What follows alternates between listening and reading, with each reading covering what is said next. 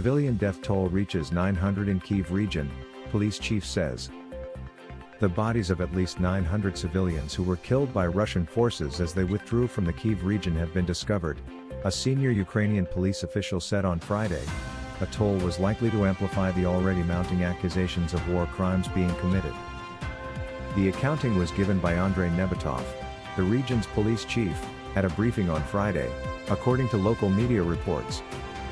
He said that the largest number of civilian casualties had been observed in Bucha, a city northwest of Ukraine's capital, Kyiv.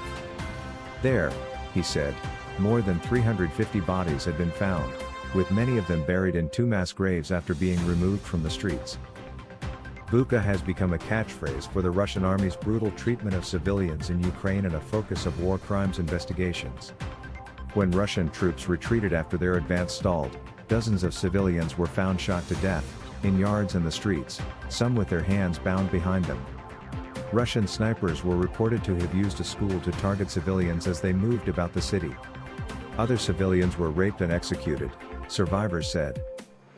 Moscow has denied its soldiers committed war crimes, suggesting Ukrainian forces were to blame and calling the evidence fake. Mr. Nebatov warned that the civilian death toll around Kyiv was likely to grow, saying that the authorities were still combing through the rubble for bodies in Makariv to the west of Kyiv and in Borodyanka to the city's northwest.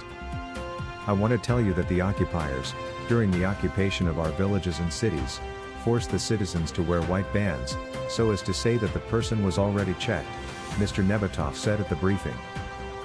But many of those civilians were still killed by Russian soldiers, he said, adding that the vast majority had been shot by snipers or with small arms.